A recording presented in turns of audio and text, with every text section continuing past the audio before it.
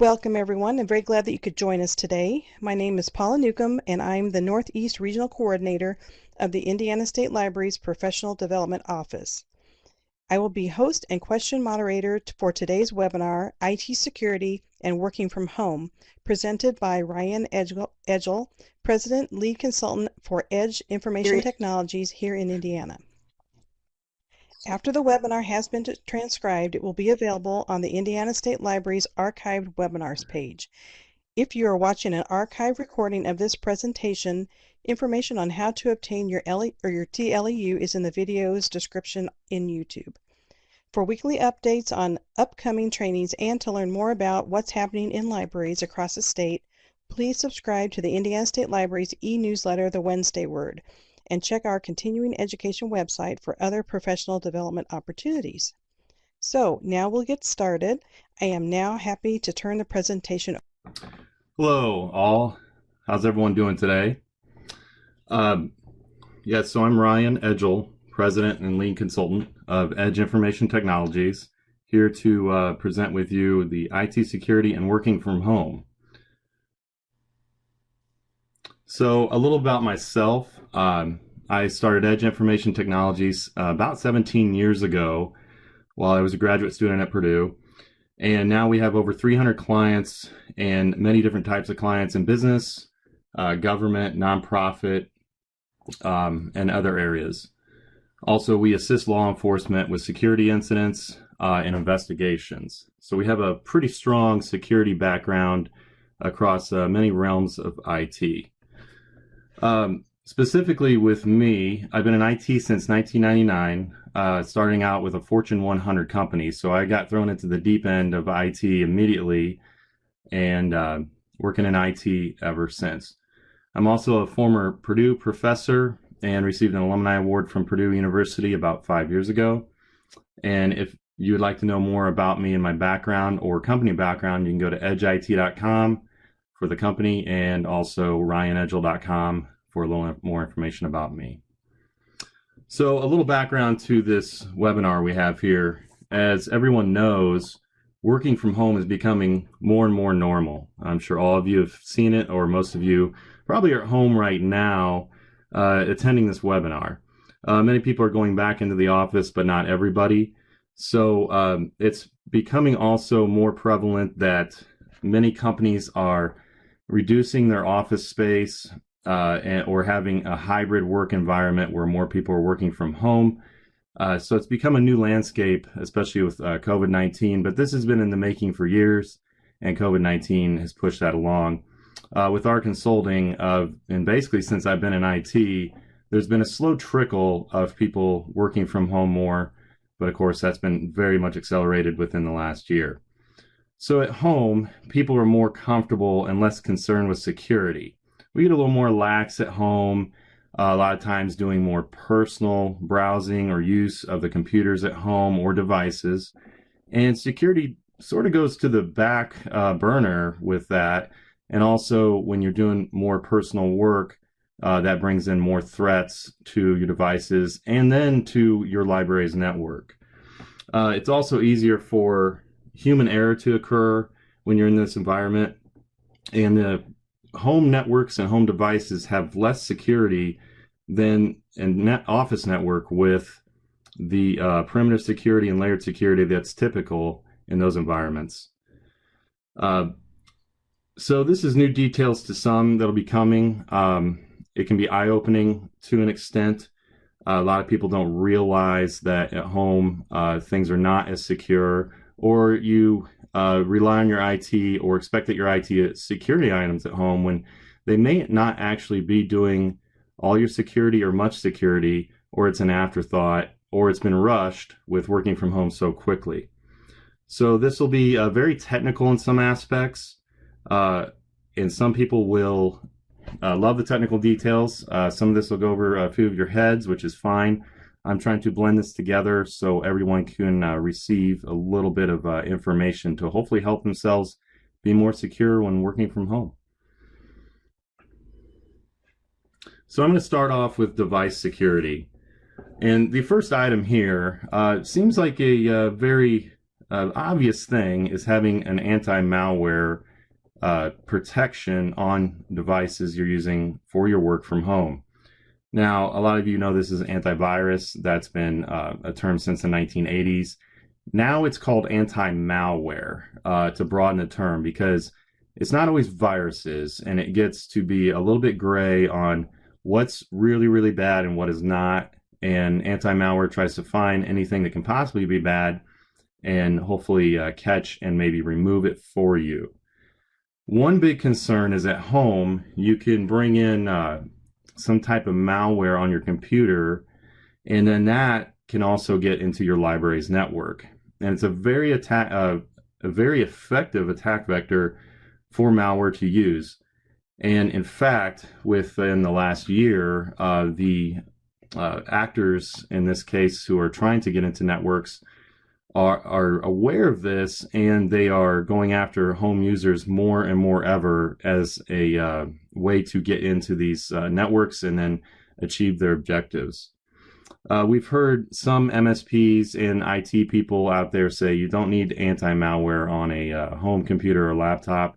That is completely false. In fact, that's a reverse logic, because you'll need that because it's one of the most vulnerable places for a network where this vector can be used and get in.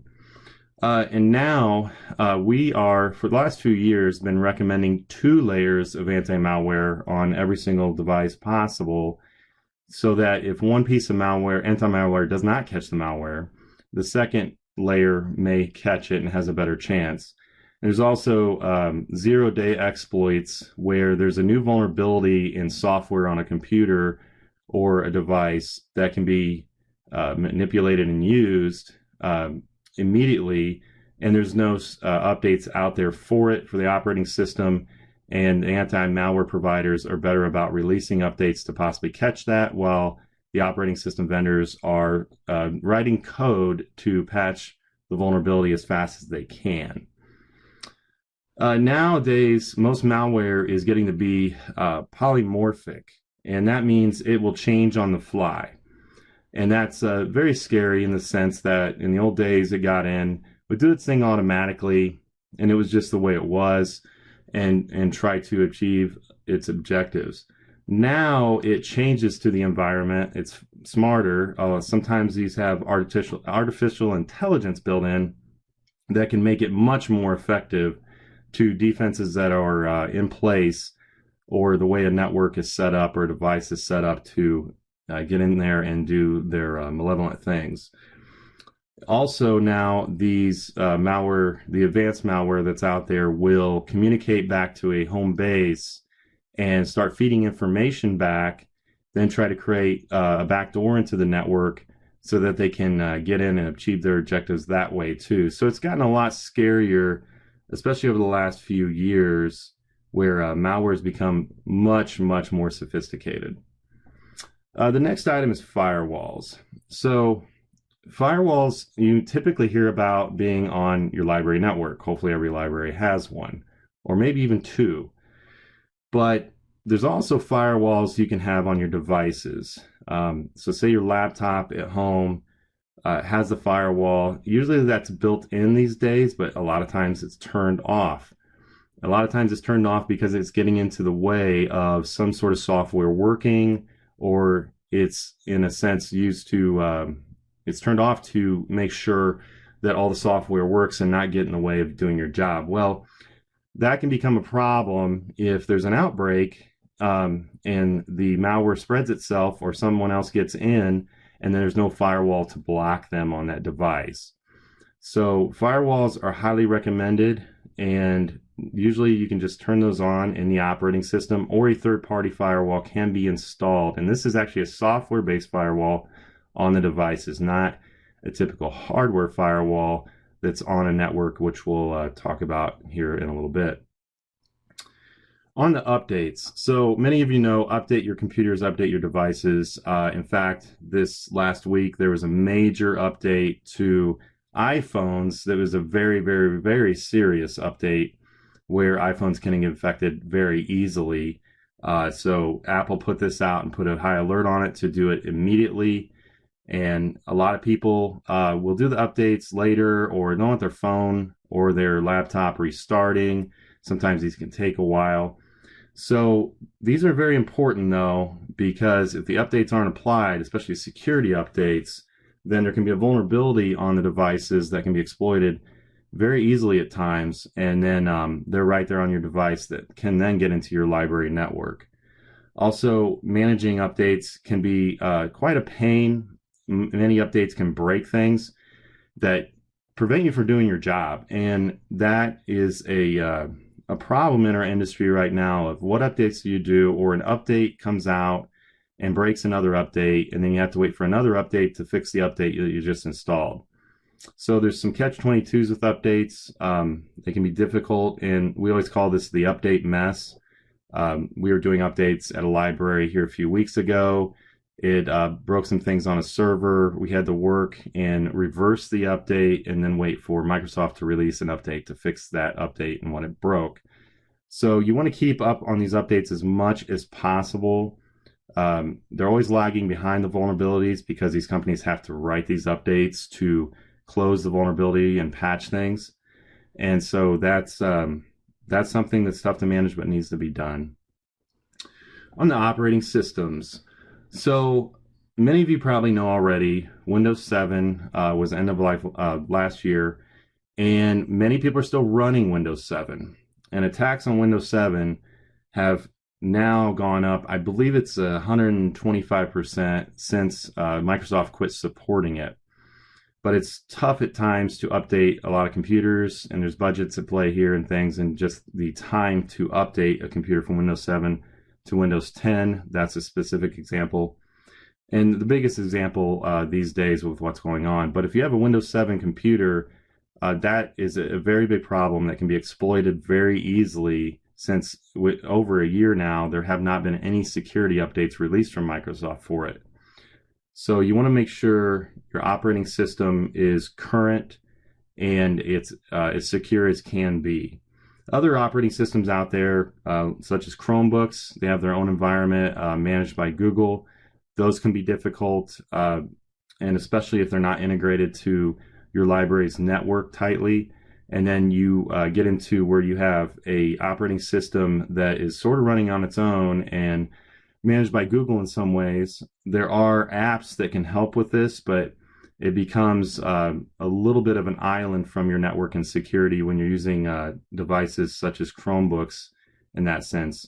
And of course, you want to keep those updated and firewalls on them, anti-malware. But anti-malware and other apps to protect those are harder to find at times, and they may not integrate to your other anti-malware or firewalls or other things you have as integrated security on the network. So be aware of that. And then with Macs, everyone loves their Macs if they've had them. I've had quite a few Mac computers. There's always the question that they're more secure or are they not? That's always a debate. It's been a debate for probably the last, I'd say 17 years, 18 years.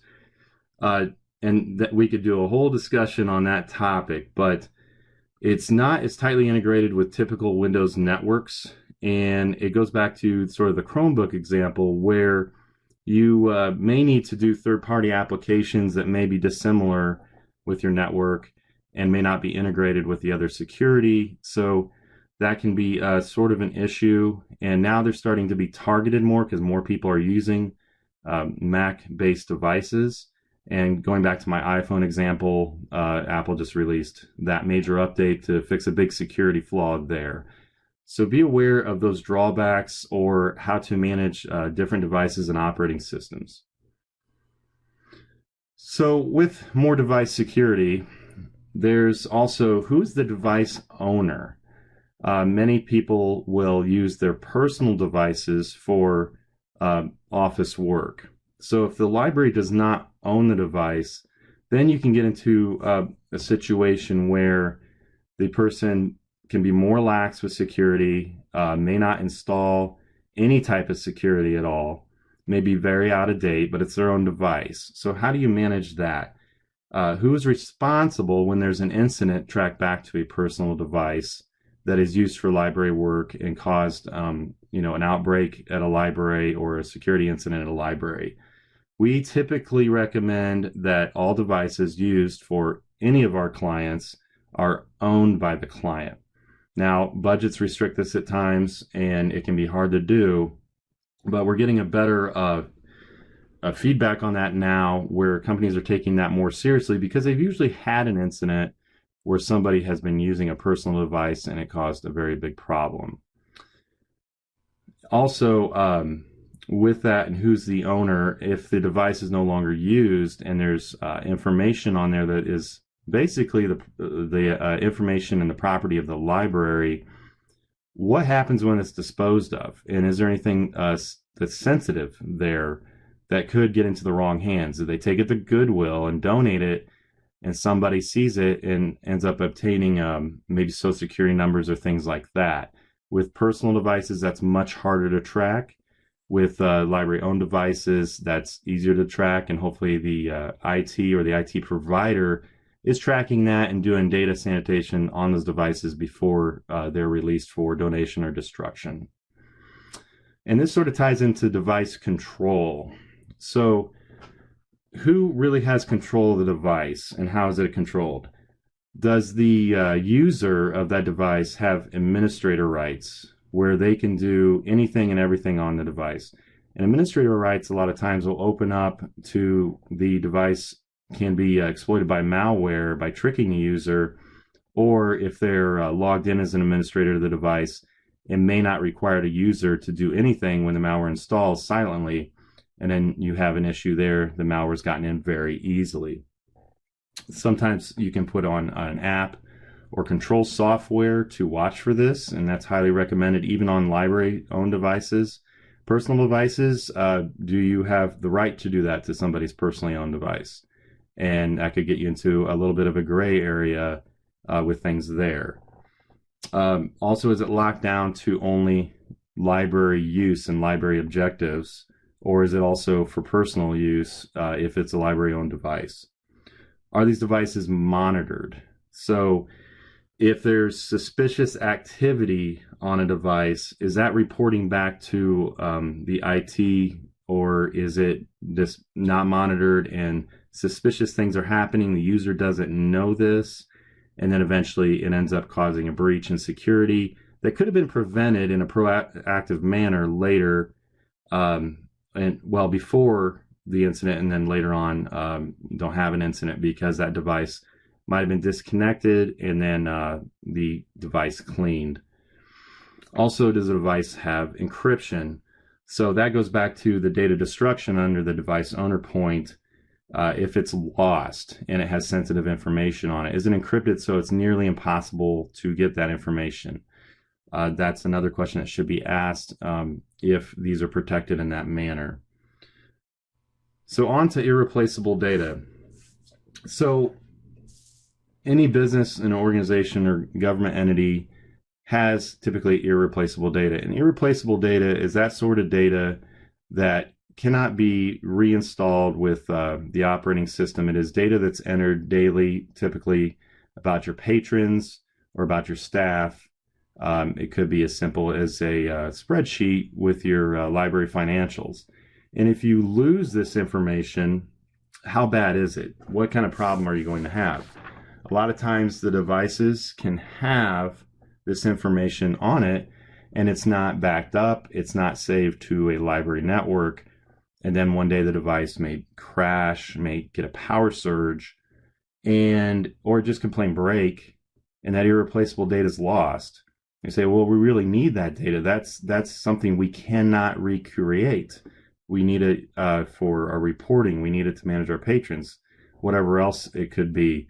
So that's a big question to ask, because we found more and more that, especially working from home, that people are saving things on these devices, and they may assume it's backed up and assume their IT is taking care of it, or they may not pay attention to it, and then that information's lost, and that could cause a lot of disruption for a library and their operations, and later on it just create a big mess.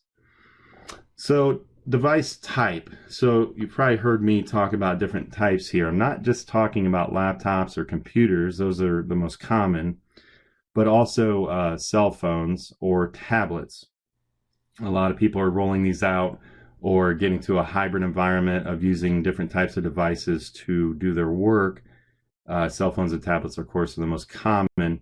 And really, anymore, it's getting to be a gray area from what's a computer and what is a phone and what's a tablet. They're all basically computers when you get down to the basics of it. But we're doing more and more on these other devices and more work in that sense, where there could be irreplaceable data there. There could be security problems. And tablets and cell phones are typically harder to secure, but being used more and more. So that's another item to consider. Are these cell phones also library property? How can they be protected and monitored and then disposed of properly too? Now, another item that is not thought about much is devices that are on a home network. So these are devices such as a thermostat, TVs, smart TVs, that could be hacked and then provide a method to get into a network. So when we say devices, this can be a very broad term, and we're going to get more into the smart devices here in a little bit. So onto the cloud. A big item these days is data loss prevention. And this, in the basic sense of the form, and it's pretty obvious with what it's called, is you don't want to lose your data, especially your irreplaceable data. And this is a whole topic we could have an entire another webinar on. But in the basic sense, you do not want to lose this data, and you definitely don't want to lose it to the bad actors out there who may use it for nefarious purposes to use against the library in extortion or use it for some type of financial gain. So this can apply to many other points, and a lot of times it happens accidentally. A lot of things in security are related to human error, and human error can create a lot of opportunities for the hackers out there to get in. Also, with the cloud, which is becoming more and more prevalent, more hybrid cloud or total cloud use, are the items backed up, or are they truly backed up? A lot of cloud providers will say it is backed up, or you'll assume your phone's backing up to some type of cloud, or your laptop's backing up to some type of cloud. But assumptions can always get us into trouble. This should be checked and ensure that backup is there and it is working, and test restorations should be done periodically to ensure that if something is lost, such as a device, can I really get the information back? Gives a good sense of security there and ensures that you're not losing that information or it's going into the wrong hands. So with backups, you want to make sure where it's being backed up and with whom. And also, to the next point, cloud agreements. Are the cloud providers responsible for protecting your data and any damages that may happen? Are they sharing your information or using your information? And are you comfortable with the terms in that? Many of us have heard over the years these different cloud providers or even social media in their long agreements that are pages and pages. People get surprised when they read these and say, wait a minute, they can use my information. I thought this was private. Well, this applies also to libraries, with libraries information that may be sensitive and that some cloud providers can possibly use that and may not be comfortable in that sense. Also, with the cloud, many people are all in the cloud, think it's the greatest thing ever. It does have its advantages, but also some people are anti-cloud. And sometimes it's just unavoidable to not use the cloud for some type of IT service. And that's something to look into of your acceptable risk and using a cloud service and what the caveats are in using cloud service, and if you're comfortable to it, or if there's alternatives that can keep your information safe and from accidentally being shared or stolen. So the next point will be network security. Now, a big item here, I'm sure many of you have heard this term before, is the virtual private network, or you probably just heard it called a VPN. And that creates a virtual network, typically from home, into the library's network to make that device connect in as if it's on the network, and typically act like it's inside the building, but it's really not. So this gets into a grayer area of where a device at home, or say you're in a coffee shop, is connecting in, but is it truly secure? A lot of times VPNs are set up incorrectly, and that can provide a straight shot and vector into a library's network for malware or a hacker to get in. But it also allows the users and workers to get in and do their job and have their data at the library's network. There's two different types. There's client-based and point-to-point. The client-based is what you'll see mostly out there, where it's off the device and connecting into the network. Many of you, I'm sure, are using this. Point-to-point is where there's another, typically a firewall or a VPN device connecting. There may be some home users with those types of devices that lets their entire home network connect in to a library's network. Now, as you can imagine, an entire home network could also let all the devices on the network and other things such as smart TVs, thermostats, etc., be able to see the library's network. So that could be a very big issue that should be looked into. Also, VPNs are considered secure, quote unquote, but a lot of times that can be a double-edged sword. Is the VPN protected within itself? Does the VPN have scanning when it connects in to scan that traffic that's got a clear shot into the library network to look for malware or hackers or just suspicious activity, and then report that to IT to let them know, or cut the connection until it can be investigated?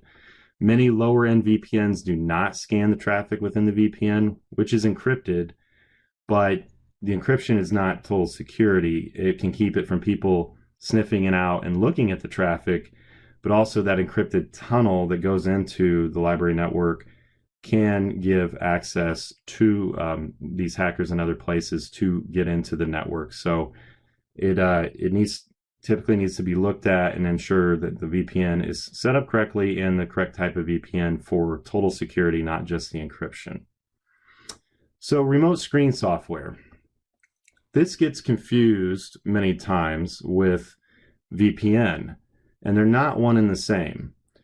Typically, the VPN connects to the network, but then you need to connect to a computer or a server or some type of device in the network at the library within its perimeter. So many of you, I'm sure, have used this, and it's not what we're using right now. It's more of solutions such as Remote Desktop Protocol. That is a Microsoft solution built into Windows. Also, Google Remote Desktop.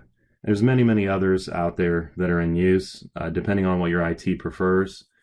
But this also sort of ties to the previous point of it should be set up correctly for security. Sometimes remote screen software is used without a VPN, and that can also open a hole in the network to the library where it can be exploited and used. We had a sheriff's department who was using a remote desktop protocol from Microsoft into a server, and they did not secure it well, did not use VPN, and perpetrators used this to get in and plant ransomware, which then encrypted all of their servers and files. And by the way, this wasn't a client until they called us and said they had a problem, and then we cleaned up the ransomware incident. And this is solely because of the remote screen software not being set up correctly and not using a VPN. So in connection with VPN, remote screen software can be used.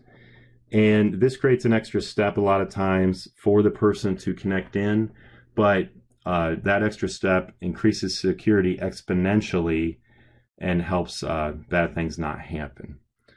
So ransomware, as I just mentioned, and leading to the next point, I'm going to discuss this quite a bit because it is the latest, greatest threat to any type of network, and it's very, very bad.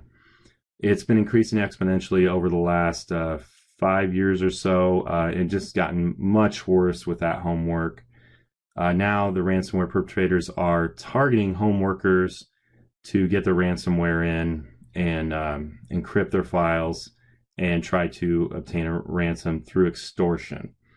I'm sure many of you have seen large health networks or large companies who were shut down for days or weeks or months because of this. Many have paid the ransom, some do not. And it can be a complete nightmare when this gets in, and it could shut down operations or put you back to pen and paper, where it makes everyone's life very, very difficult. A little background on it, if you don't understand how the semantics of ransomware works, it can come in many different ways. It can come in through email. It can come in through remote screen software. It can be as simple as a bad advertisement that's clicked on in social media, and it can get in and then plan itself, and then it'll start to encrypt files on devices as fast as possible. They typically leave a ransom note saying send Bitcoin to this Bitcoin wallet address and you can get your files back. But there's about a 50-50 chance you'll actually get your files back after paying a large ransom. And the ransoms have gone up quite a bit over the last couple years because they are getting the ransoms paid, so they're getting greedier. Also, with the polymorphic item I brought up earlier, ransomware is mostly polymorphic, where it is adapting to environments now and gotten a lot smarter. So once they get in, they look for everything they can encrypt. Sometimes they look for backup devices and try to wipe those out so you cannot restore from backup, and put you in the worst position possible, but their best position that you'll pay the ransom. And now there's ransomware as a service that's out on the dark web, where people can buy tools for sending ransomware and getting it in the networks, and use the command and control structure for this. So it's become a business in itself, and people are making a lot of money on this, mainly from countries that have non-extradition treaties with the United States, where they know they're not going to be caught. I think the prosecution rate for ransomware is around 1% to 2%. So these people almost never get caught and never get prosecuted. And they do layers also to protect themselves and all the other tricks to keep them from getting caught. It's very, very effective and very, very scary. And the statistics are just getting worse. We keep up on it weekly, and we're constantly trying to protect our clients from this threat. The latest also now news with ransomware is called double extortion. It's where they will encrypt your files, as I described, and send you a note, but they'll also send you a screenshot of sensitive information such as PII that shows they have this information, usually from a database or a spreadsheet, and that if you don't pay the ransom, they will start selling this, and they will put it out on the dark web and make money on that unless you pay the ransom. But these are criminals who can you trust that they're not going to do it anyway. So once you've gotten the ransomware, you're in a very bad position where you may pay the ransom and they may still expose your information and may still have you locked down. And how can you trust them when they're criminals looking for a big payday? So it's gotten much, much, much scarier. On to the next point, multi-factor authentication. Many of you probably not heard this term, but many of you have probably used it, especially in the banking industry, who was one of the leaders in this years ago. So when you log into a computer, you use your username, and that shows who you are. And then there's 3 points to this. You also put in your password, which shows something you know. But those two things, secure things, okay, but not really enough, because someone can sometimes guess your password, sometimes they can hack your password, and if they know who you are, they can guess your username. So it's not that tough anymore to hack in with just those two forms of authentication. So multi-factor adds, beyond the username and password, typically a factor of showing something you have, which is much harder for a hacker to have in their possession. Now, if you've had tokens where they show you a number, many people think that number on the token is a password. Well, it's really not. It's really just a way to tell the network you're logging into or the device you're logging into that it proves you have the token. So tokens were very popular over the last basically 20 years. We were using them in 1999, but now there's text messages that can be sent to your phone, and that text message with that code proves you have the phone you registered, which a hacker is likely not going to have or not going to be able to replicate and get that code too easily. There's also a product out there called a YubiKey. We've seen pretty great success with this. It's a little more expensive, but it's a key that you plug into your USB port or your port on your cell phone, which proves you have the key in your possession. And you usually touch it, and it doesn't actually read your fingerprint, but it proves that you have the device in your possession and that you're touching it. So multi-factor authentication can greatly increase security and is highly recommended to try to keep people from hacking in from the typical username and password standpoint. A little more about network security. So you're working from home and you have your little network at home, you have your devices and everything else, but does your home have a firewall? Is this firewall trying to protect your items at home that are then connecting back through the firewall into the library network? We've all heard of firewalls before. You may think, the library's got a firewall, so I'm protected. Well, that's not completely true. Your home firewall could be bought at a typical big box retailer or online, and most of the time these have default settings and not much changed from when they came out of the box, which means that hackers can get to them very easily. Some of the lower end home firewalls have backdoors built into them that can have a password that's hard coded into the firewall that then a hacker can easily exploit and get into your firewall. And then they can do all sorts of things, such as sniffing out your traffic or acting like one of your devices and then trying to use that to then get into the library's network. These are typically weaker than the library's firewalls also. So that's another item to pay attention to, is if the home firewall is good enough. And then you have some users who have no home firewall at all. And to explain a little more about firewalls, and I put that in the plural sense, typically a library will have a firewall there protecting that network and its perimeter. And then you would like to have firewalls on your devices, which are a software firewall, but also a good firewall on your home network to provide another layer of security. Now, I've mentioned this a few times before, but I'm going to refer to it in a specific manner: the Internet of Things, IoT. This is a hot topic in our industry and has been for a few years, and it's becoming more interesting, but also more of a security concern. So IoT in the general sense is having IT on items such as your vehicles. Many vehicles are now internet connected through cellular networks, but also on your home network. And I mentioned this before, you could have smart TVs, you can have smart thermostats, your camera systems, things like that, your fridge even. Well, these items are mini computers, and a lot of times they do not have updates applied, or sometimes they have no method of updating and can be hacked and then used to get back into a library network through your network at home.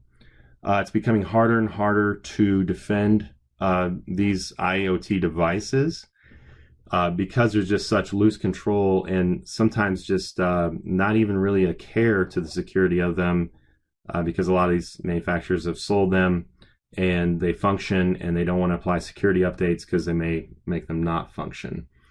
So you want to watch for that. What we typically suggest is to have your IoT devices on a separate network at home so that it is segregated from the rest of the network and not on the same network as anything that is connected any way, shape, or form to the library network. Also, wireless at home. I would say 99% of you have wireless at home. Everyone has wireless. Well, that's also a concern at times of what type of wireless you have, and is it secured, or is it wide open and your neighbor or somebody can connect in and then be on your network, which then can provide a means to the library network, or it can get into your devices on your network, which then can get them back to your library's network. There's different forms of encryption for the wireless that's being transmitted. That can be WEP, which is very, very outdated, and a novice hacker can usually get through that within 30 seconds. There's WPA, which can be hacked typically within minutes now. WPA2, which is a little bit better, but also becoming weak. So you'll want to get to the latest and greatest encryption on your wireless so that somebody can't park in front of your house or apartment and get in, or a neighbor connects in and then they could snoop around and find information and then use it, and then you can have a security breach or concern. Also, we're mainly talking about working from home, but many of you probably go to coffee shops or McDonald's or places and connect to their wireless, which is typically wide open. They may make you click on a disclaimer page to consent to their terms, but that's for their liability, not for your protection. And also in these environments like coffee shops and the like, other people can be there, or someone can be close and set up a fake wireless access point that looks like the business's access point for the purpose to sniff out traffic and do hacking. There's a recent example in Michigan where I believe it was a coffee shop was in a building which had apartments above it, and an apartment set up a fake access point that looked like the coffee shop's SSID, and that's the name of what you connect to, and we're using it to then get people's information that was traveling across that. And since they were connecting in an unsecure manner to a fake access point, it was very effective. Luckily, they got caught. So on to operational security. First, there's always legal aspects to this, and we are not lawyers, and I'm not giving legal advice, but it's something to consider in the operation of the IT and trying to secure it. So one item that's typically overlooked is the principle of least privilege. And this falls more under probably the IT ears on this webinar, but the principle of least privilege in a basic sense is giving the least amount of access for somebody to perform their job. A person should not have more access than is needed, because that can become a concern. And this is to protect the library's network from exposure of information such as DLP, but also one of the biggest threats in security is threats from the inside, not just the outside. Say a disgruntled employee has access to things they should not, and say that is PII or employee reviews or health information, things like that.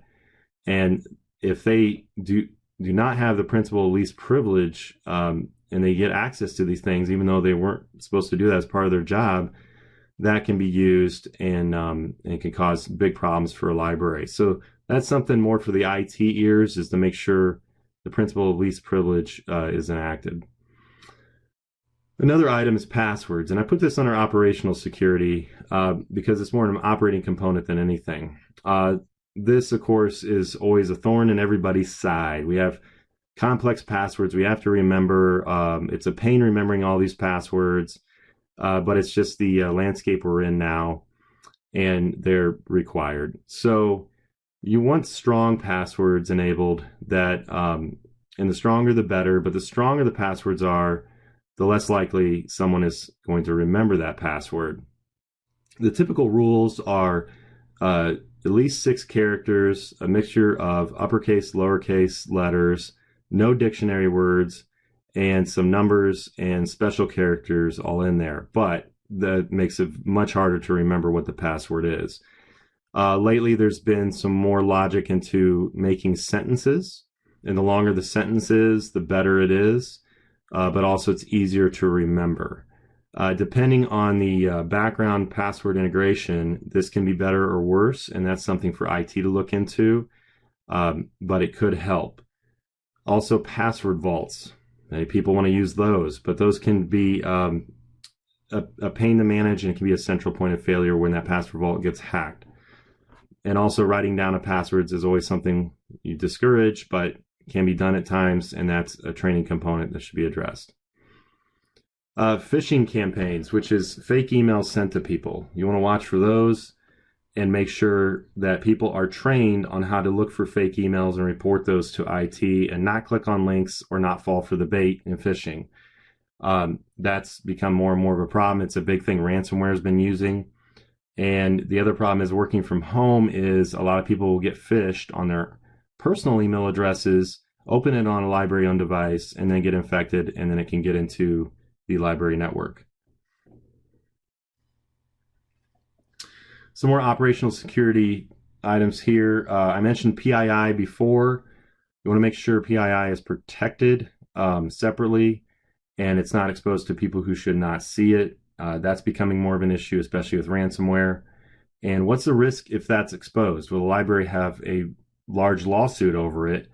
And will that be a very big financial problem and an image problem for a library? Remote access agreements are very important. Who's responsible for security and what happens if they don't abide by the rules? This is something we recommend to all of our clients, to have an agreement in place so the employee realizes their responsibility.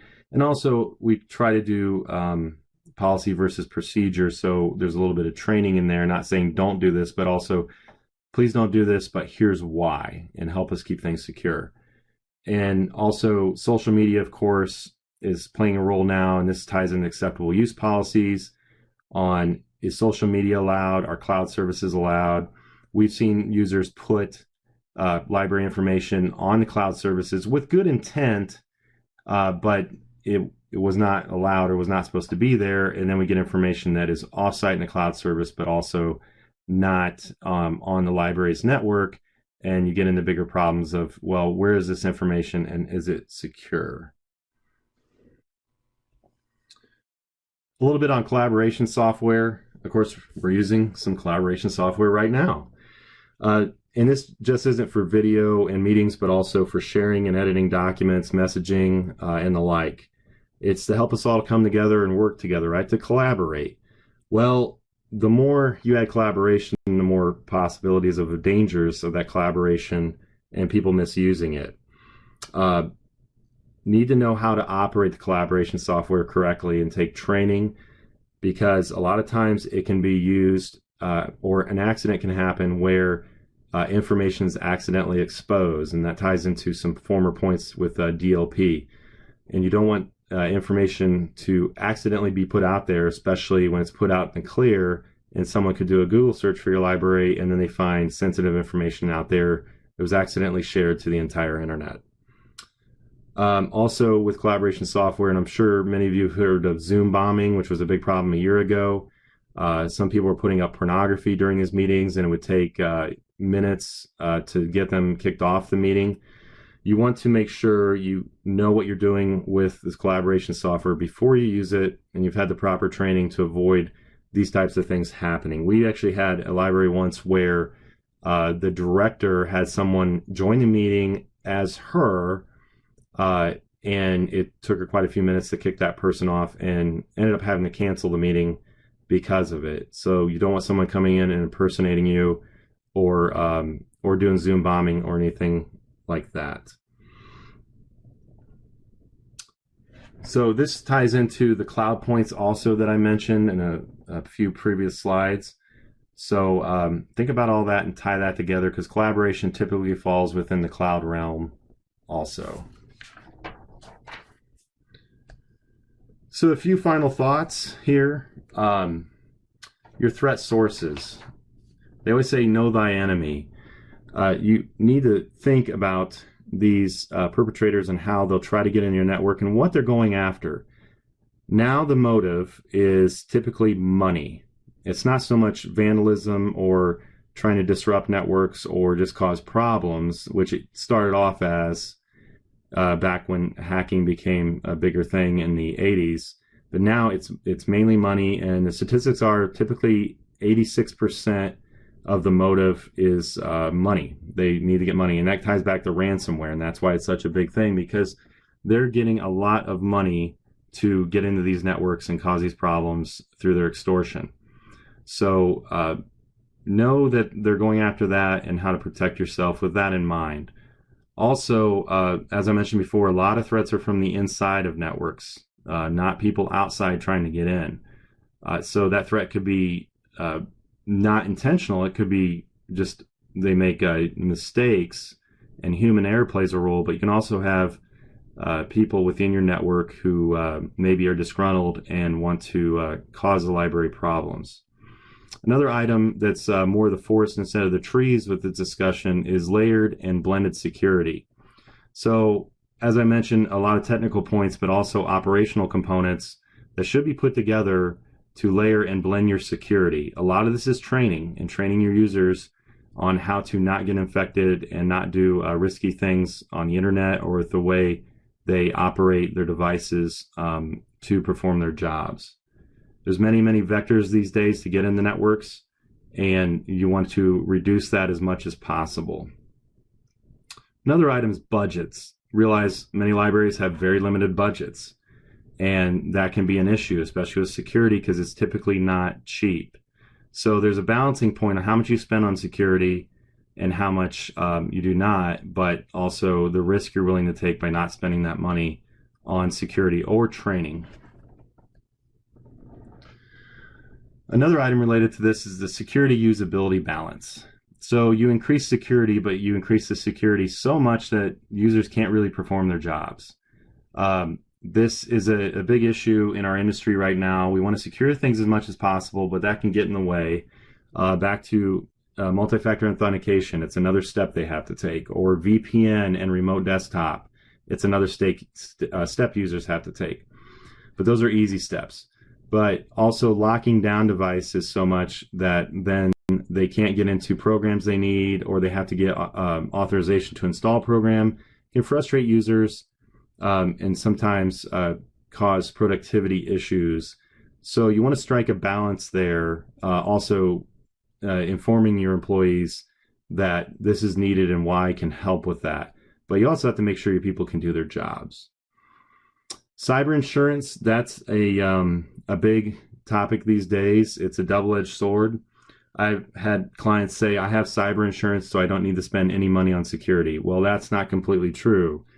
The cost to cover cleaning up a ransomware mess or another incident can be way beyond what cyber insurance is going to pay, especially the indirect costs of having your library down for, say, a week.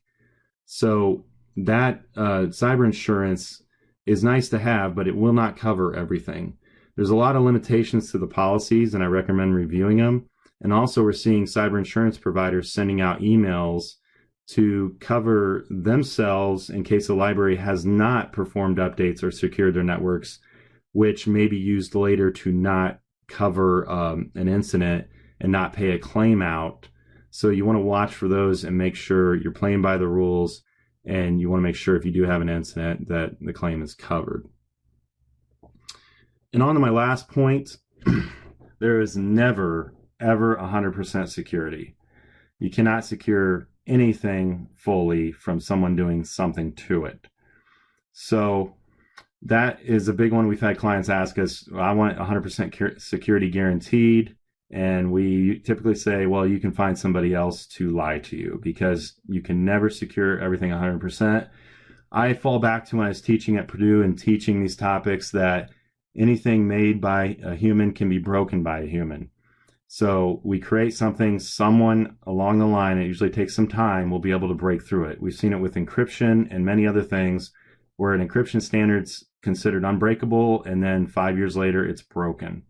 So keep in mind, you can never, ever have 100% security, but there's easy steps to take to increase your security and help avoid very bad incidents and results from a cyber intrusion or the like.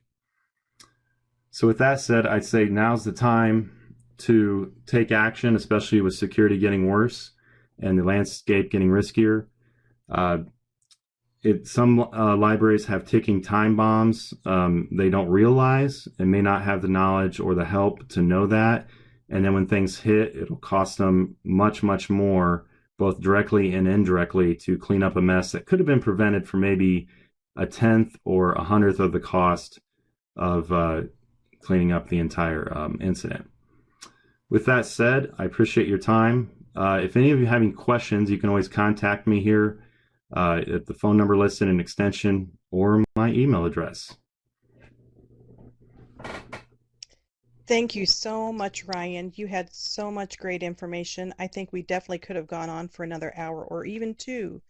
Um, I'm just going to say, as a reminder, if you're watching an archive recording of this presentation, information on how to obtain your TLEU is in the video's description on YouTube. We will now stop recording the webinar.